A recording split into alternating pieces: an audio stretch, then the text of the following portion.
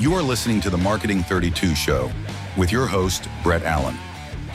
Hi, everybody. This is Brett Allen here. Welcome to the Marketing 32 Show, where I connect with leading dentists, dental influencers, and industry experts to uncover the latest strategies and insights and innovations that help you guys grow your dental practices and to thrive in today's market. So this episode is brought to you by our team here at Marketing 32, the only dental marketing agency, at least that I know of, with a performance guarantee of grow in 30 days or you don't pay. It's that simple. We really do stand behind the work we do. And if we're not helping you grow, you shouldn't pay for it. So that's the kind of marketing company we are. Head over to Marketing 32 to learn more. Schedule a call with us if you're interested. We'll help you out. Before I introduce today's guest, I want to give you a big thank you and shout out to Elijah Desmond of Dental Pitch Brokerage. He was on a previous episode of ours. Go dig that episode up. It's phenomenal. He and the team at Dental Pitch Brokerage, they help practice owners who are ready to exit and sell their practices, retire. They help you get top dollar, making millions even. So go listen to that episode. It's phenomenal. Today's episode, our guest is one of my favorite guys in the world, Dr. Justin Waters. He's one of our rock star clients here at Marketing 32.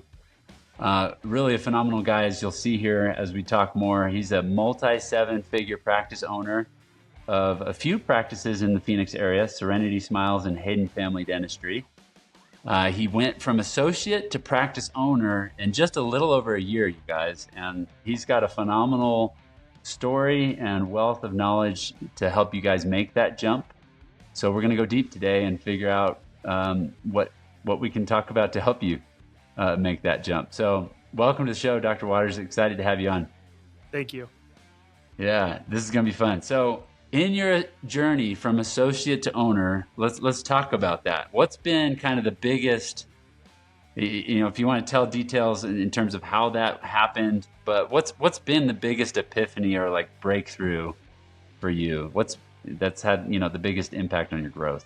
So the biggest thing that's had impact on my growth, going from associate to owner, it's really a change of how am I going to treat my patients and how am I going to treat my staff and how am I going to manage myself? Because when you become an owner, one of the biggest things is that there's no one managing you anymore. You're your own manager and everything is going to be dependent on you and how you're going to conduct business and how you're going to treat other people. And one of the most key things is that business is really how well you can have relationships with the people around you, getting to know your staff, getting to know your patients.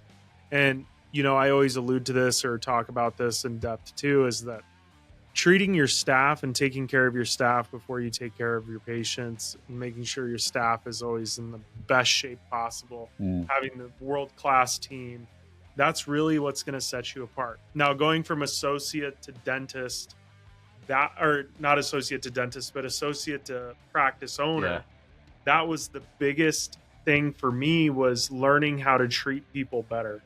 When you're an associate, you're kind of like, these aren't necessarily my patients, or this isn't necessarily my practice. And that's a hard mentality to get out of. At least it was for me.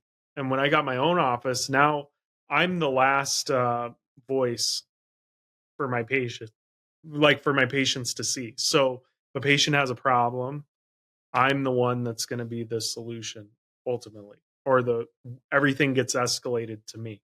So you have to be prepared for that. You have to be prepared to be comfortable with difficult conversations, prepared for difficult days, prepared for difficult conversations with staff.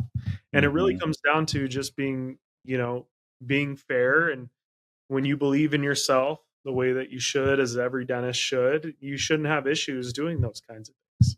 Yeah. Yeah. You mentioned having the right people around you to support you and complement, like where you can't manage that aspect of the business. You really got to trust on this person. Right. Let's dig more into that. Like, how do you find the right people? How do you bring them on? How do you create this culture, where you thrive? I love this question. I love it because really everything starts at the top. if you're going to be the good leader and you're going to be fantastic to people and you're going to do the things the way things ought to be done, you're going Mm-hmm. to attract those types of people to your practice. And Mm, really, what's crazy is all of my staff I have found them through word of mouth with one of my vendors, or I found them, someone I talked to at church, or mm, I got to know someone that works for me already and they knew someone that was trying to get out of another situation.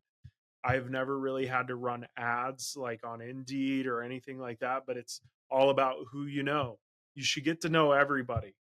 You mm, never know what someone else can provide for you, and you can provide a lot of things for somebody else. mm, And when you have good staff, don't lose staff. This is a Dave Ramsey quote that I saw, but don't lose good team members over a $1 raise.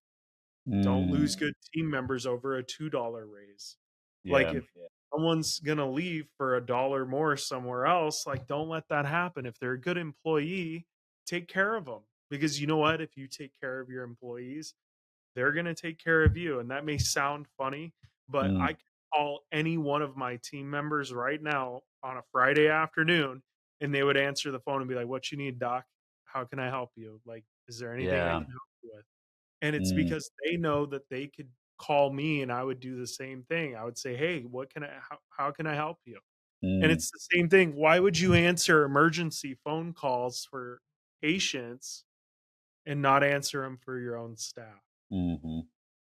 Yeah. I think you're hitting on something big there. It's the energy you're putting out. Like, how are you building relationships with people that don't necessarily have anything to give you, right? It's like, what am I That's putting such out a into the universe, right? Yeah, Like, how am I I love treating that. everybody? And if I'm a Yeah, good person, yeah, and if I'm, you know, I love caring, that. yeah, And that's then, the thing is like you should do things as a dentist or as a contributing member of society. You should be able to do things without expecting anything in return. mm, yep, yep, And that, for my staff, sometimes it's just an act of kindness asking my front desk girl how she's feeling today. Is she mm, okay? How's her week going? Is there mm-hmm, patients that are giving her a hard time? Is there patients that I need to get rid of because they're not jiving with the whole team? If they don't jive with one of my team members, they don't jive with me. And that's mm, just what it boils down to. If you don't get along with my front desk person, you can't come into my office. It's her house. It's not yeah, the patient's house. They're a guest here with us. mm, And just that's a treating my shift. staff, yeah, and treating my staff like they're my family. And it was funny because one of my colleagues, when I was an associate doctor, I would always make the comment like I would have dismissed that patient. And he's like, "You're never going to have any patience because you're going to dismiss everybody." And I can tell you, I have more than enough patience, and I dismiss Oh, multiple patients a week because I just don't put interesting. up with it. I you know, the stress isn't worth it. Like if I have a patient on my schedule that I don't want to see, why are they coming to my office? Mm, You know, mm. and I Yeah, hate to there's a be that. lot. Yeah, there's a lot that you manage as a business owner. So why add to it a grouchy, somebody who you don't resonate with or is treating Exactly, your team poorly? Yeah. exactly. Let's talk about that, like challenges in owning a practice. Okay. So what's been the So hardest thing and what have you done to overcome that? Let's dig so there. the hardest thing for me as a practice owner, everyone's going to say staff. So I can touch on staff. Staffing is hard. You're going to have bad staff that comes in sometimes. You got to get rid of them. If you think that you should have fired someone, it's already too late. You should have done it a Mm, while ago, right? mm, So I can touch on that topic a little bit more, but my hardest thing for me has always been, how do I manage myself? How do mm. I manage my leadership skills? How do I manage the money? How do I not overspend?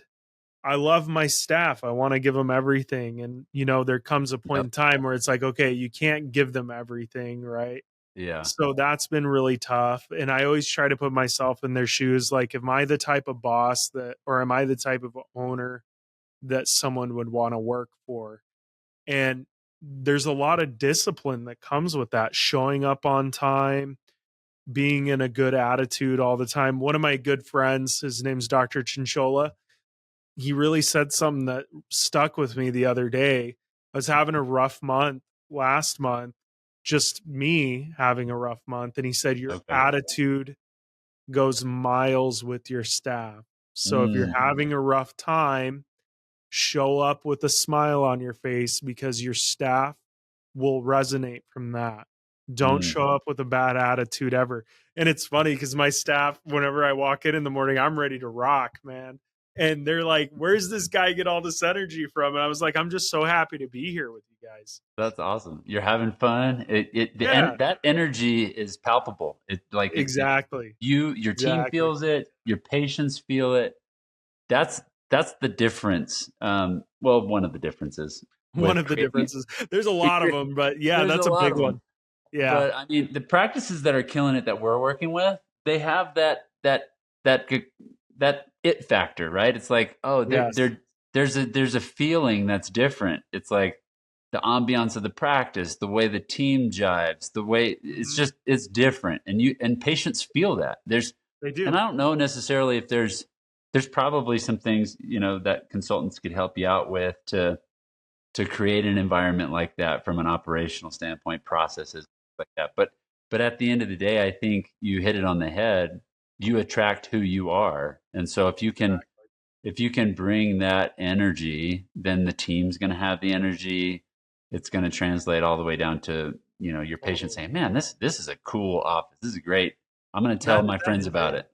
That's Yeah, it. And yeah. that's it. To just your point, I can't even tell you how many patients have told me that they're like, "Wow, this seems like a great place to work." And I'm Hmm. always like, I try so hard to make a good environment for my team. It's Mm, really important to me. yeah.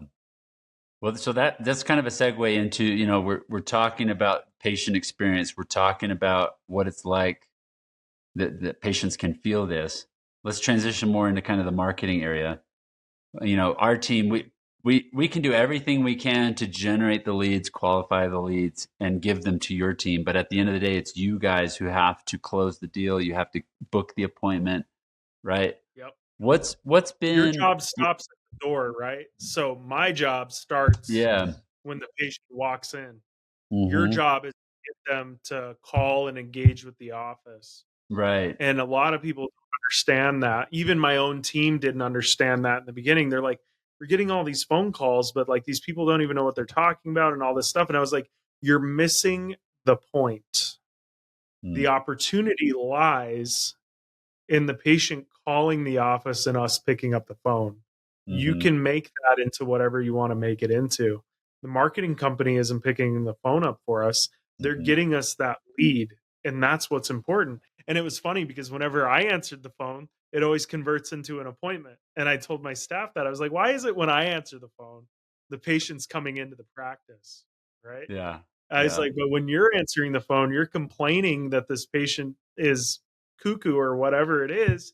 Mm. Now that my staff understands this and I've explained to them, marketing's job stops at, you could even say, at the phone call.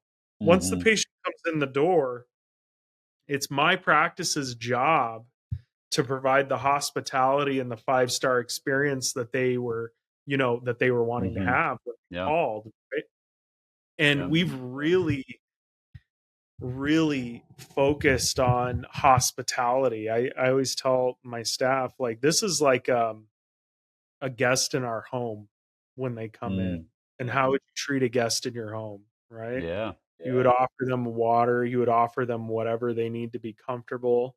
I don't know, you've been to your friend's house recently where you walk Yeah. in, "Hey, do you want anything to drink?" Or, Yeah. "Do you want somewhere to, sit down, have a seat, make yourself at home." Yeah. That's how it should be when patients come into the practice, and it's Yep. a mutual respect that you gain with the patient saying, like, "This is how we do things here, and I Hmm. want you to be a guest in our house," right? Yeah. So, it's really, you That put it that way, it's simple.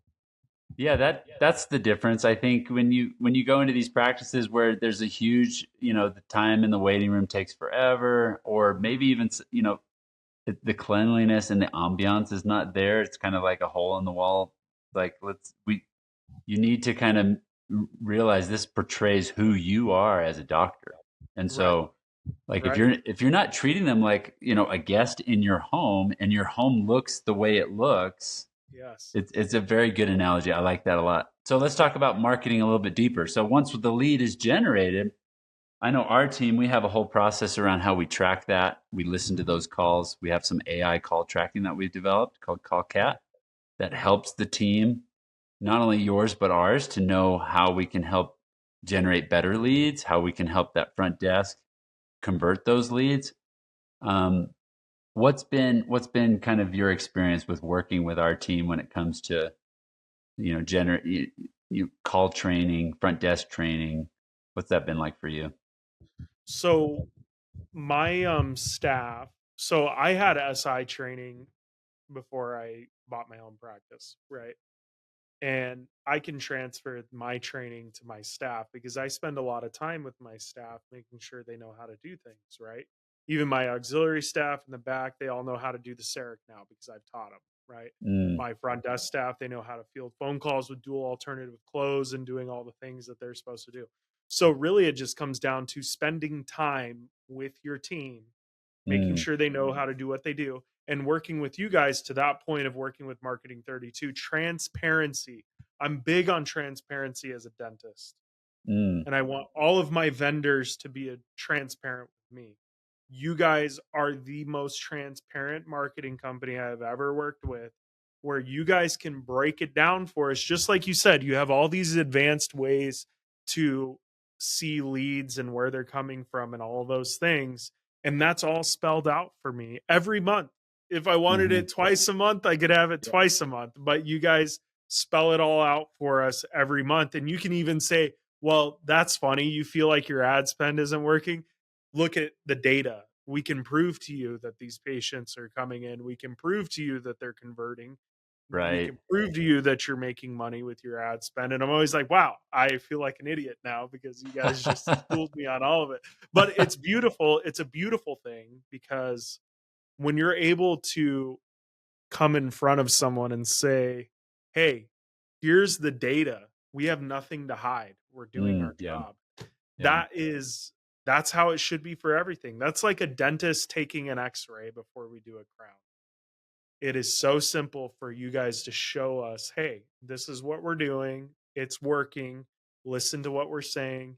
You guys are the experts when it comes to marketing. And I've told you this since the beginning. I'm not a marketing person. I'm a dentist. I don't know how to do marketing. And every time the account manager says, like, hey, Dr. Waters, we should think about doing this, I'm like, you're the expert, not me. As Yeah. long as you guys know it's going to work, I'm going to It- default to you doing it because I don't know. And dentists need to understand that too, my Yeah. colleagues. You are not equipped to do marketing. I mean, some of them probably are. There probably are guys out there that can do their own marketing. I'm just not the guy. And I know other dentists like me, they probably don't know how to do what you guys do. That's why we leave it to the experts. Yeah.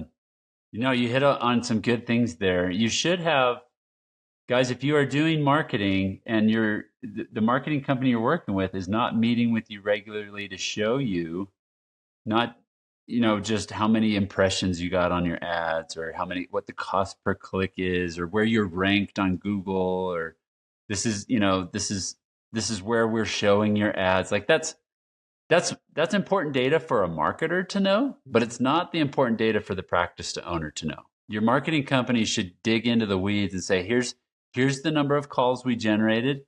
Here's how many of those scheduled. Here's how many of those moved forward with treatment. And that needs to go back to your ads team so that the ads team can actually direct more of those types of patients. The The same types marketing of patients. company, yes, the marketing company should work with you to show you, hey, here's how we can do better at the front desk because we realize the conversion rate's below parameter, or this is how many calls are going to voicemail during the day. Did you know that that's happening? Or, you've got this many patients on your database. What are we doing to market to them, and how many of those patients are coming back? And what are different offers that you can create? there's a lot that goes into marketing, and you should have a relationship where it's a partnership and that the marketer is helping drive that partnership, and you're not reactive like, hey, my numbers are down. What's going on, marketing team? That should never be. It should be, hey, we're noticing that these clicks aren't working. We're going to recommend a new strategy. Or, we're noticing this drop and decline in number of new patients. This is why this is happening. So we're going to pivot and do this thing. That's how it should be. But I love that. Yeah, and you touched on a really important point that I think is the most important thing. Working with a marketing agency is not you're hiring them to make you more money. You're hiring them to help you. They're facilitating your practice growing. They're not doing it for you. They're facilitating that growth to help you grow. yeah. You can't just say, hey, I'm going to spend this much on marketing and I should be making this much money. That is a very bad attitude to have towards it. You should say, I'm going to spend a responsible amount of money on marketing, but I'm going to keep in the back of my mind that every patient that walks in the door is X amount of money that I'm paying for marketing. Yep. And I need to treat them, with the 5-star experience. My marketing team is not here to treat these patients once they're in the practice, right? So your point of it's a partnership, where partnership usually requires effort from both partners, right? Absolutely. And that's the thing. You can't just say, oh, my marketing company's doing 110%. I don't need to do anything because they're going to do it all for me. It's not how it works. Right. It's not how it works. So, well, let's one more question here. If you could recommend, I always do this at the end of the show. If there's one domino you could help push over, and that would help knock over all these other things and open up, have this epiphany for practice owners. Speaking to an associate who's making that jump, or speaking to a new practice owner, somebody who's wanting to get to the 7-figure marks like you, Dr. Waters, what's that one thing that's made the most difference for you when it comes to practice ownership? So there's 2 things. Okay. The first thing is, if you're going from associate to owner, this is what I've had a lot of people message me about this on Facebook, asking me my advice. The best thing that I can say is don't get in your own way. The biggest thing with going from associate to ownership, don't hang yourself up, because you know how to do dentistry.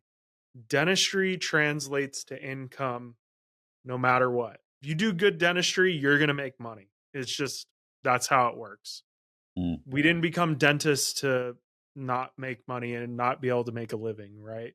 If you can do crowns in an efficient time, you can do fillings in an efficient time, you know how to do wisdom teeth or ortho or clear liners or whatever. If you know one thing that's a good cash maker too, you should not be waiting to buy a practice.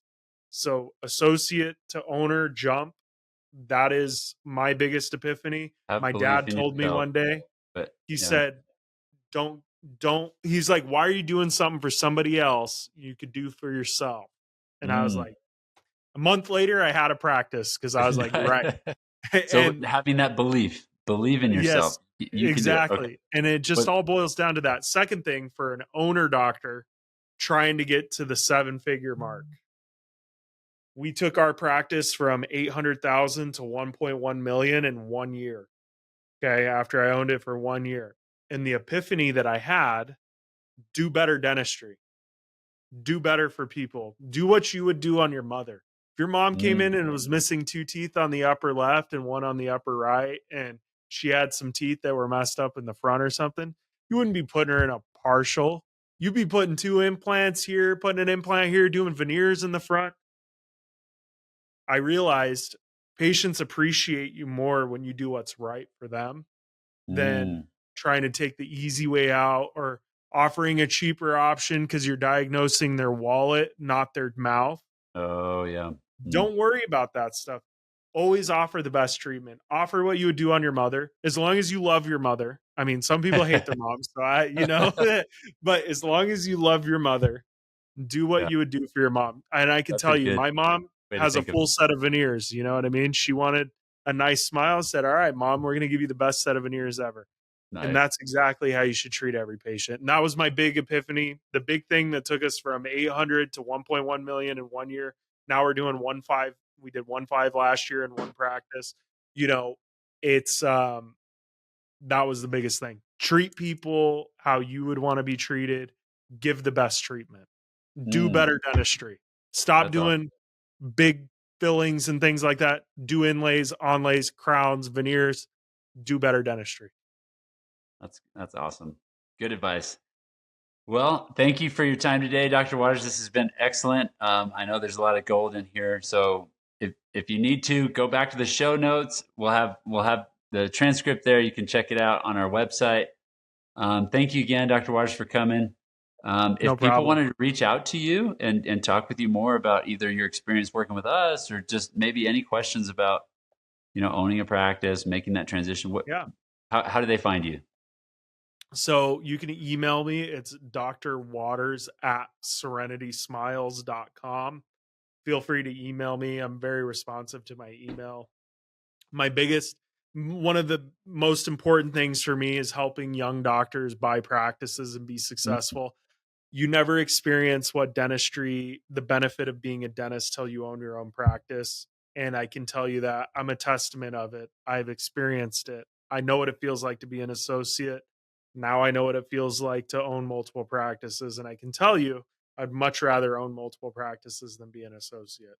So, you know, the golden rule, right? Treat others how you want to be treated. yeah. I never had someone tell me, hey, you can do these things.